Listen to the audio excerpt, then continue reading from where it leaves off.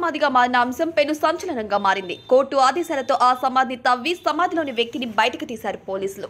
దీంతో ఈ ఘటన తీవ్ర చర్చనీయాంశమైంది. కేరళ రాష్ట్రం తిరువనంతపురంలో గోపన్ స్వామి అనే వ్యక్తి జీవ సమాధి అయ్యారు. ఈ ఘటన వివాదాస్పదంగా మారిన సంగతి తెలిసిందే. ఈ సమాధిని తవ్వాలని హైకోర్టు ఉత్తర్వులు జారీ చేయడంతో పోలీసులు సమాధిని తవ్వి గోపన్ స్వామి మృతదేహాన్ని బయటకు తీశారు. సమాధి వద్దకు ఉదయం 7 గంటల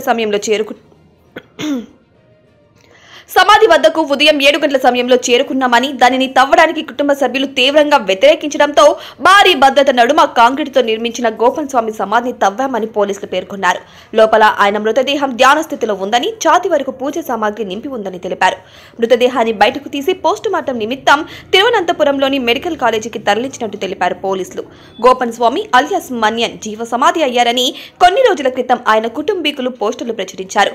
బంధువులు, స్థానికులకు తెలియకుండా అతన్ని నెయ్యింటికరలోని ఓ దేవాలయంలో సమీపంలో పూడ్చిపెట్టడంతో ఆయన మృతదేహంపై పలు అనుమానాలు వ్యక్తమయ్యాయి. అయితే ఎవరూ చూడకుండా తనను సమాధి చేయాలని గోపన్ చెప్పినట్టు ఆయన కుమారులు సనందన్, రాజేషన్ పేర్కొన్నారు. ఈ విషయం కలెక్టర్ దృష్టికి వెళ్లడంతో సబ్ కలెక్టర్ అల్ఫ్రెడ్ ఓవి తన సిబ్బందితో వెళ్లి సమాధిని తవ్వాలని ఆదేశించారు.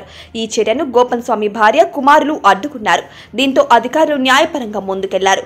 ఒక వ్యక్తి జీవ సమాధి అయినట్లు కేరళ హైకోర్టులో పిటిషన్ దాఖలు చేశారు జిల్లా కలెక్టర్. దానిని తవ్వి అందులోని వ్యక్తిని బయటకు తీసేందుకు అనుమతి ఇవ్వాలని ఉన్నత న్యాయస్థానాన్ని కోరారు. ఈ పిటిషన్పై వాదనలు విన్న న్యాయస్థానం సమాధిని తవ్వాలని ఆదేశించింది. దీంతో మరోసారి ఆ ప్రాంతంలో ఉద్రిక్తత వాతావరణం చోటు చేసుకుంది. అయితే ఈ క్రమంలోనే భారీ పోలీసుల బందోబస్తు నడుమ సమాధిని తవ్వి అందులో జీవ సమాధి అయిన మృతదేహాన్ని బయటకు తీశారు అధికారులు.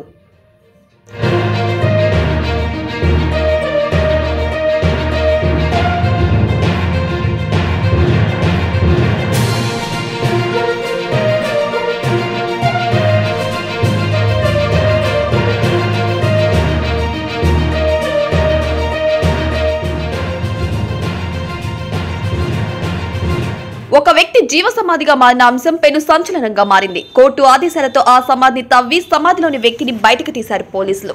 దీంతో ఈ ఘటన తీవ్ర చర్చనీయాంశమైంది. కేరళ రాష్ట్రం తిరువనంతపురంలో గోపన్ స్వామి అనే వ్యక్తి జీవ సమాధి అయ్యారు. ఈ ఘటన వివాదాస్పదంగా మారిన సంగతి తెలిసిందే.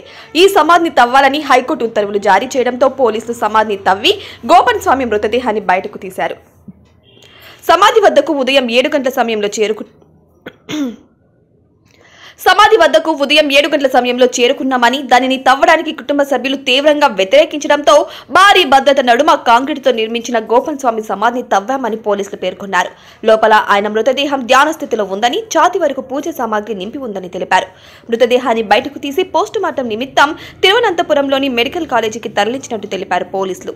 గోపన్ స్వామి అలియాస్ మన్యన్ జీవ సమాధి అయ్యారని కొన్ని రోజుల క్రితం ఆయన కుటుంబీకులు పోస్టులు ప్రచురించారు.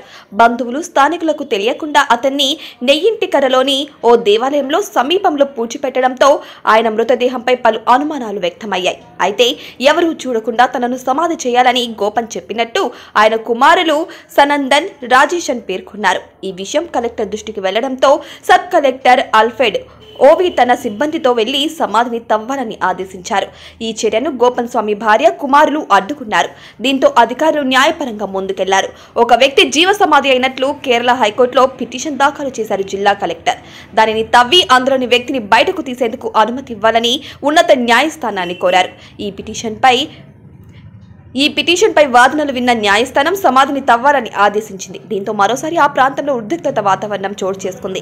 అయితే ఈ క్రమంలోనే భారీ పోలీసుల బందోబస్తు నడుమ సమాధిని తవ్వి అందులో జీవ సమాధి అయిన మృతదేహాన్ని బయటకు తీశారు అధికారులు.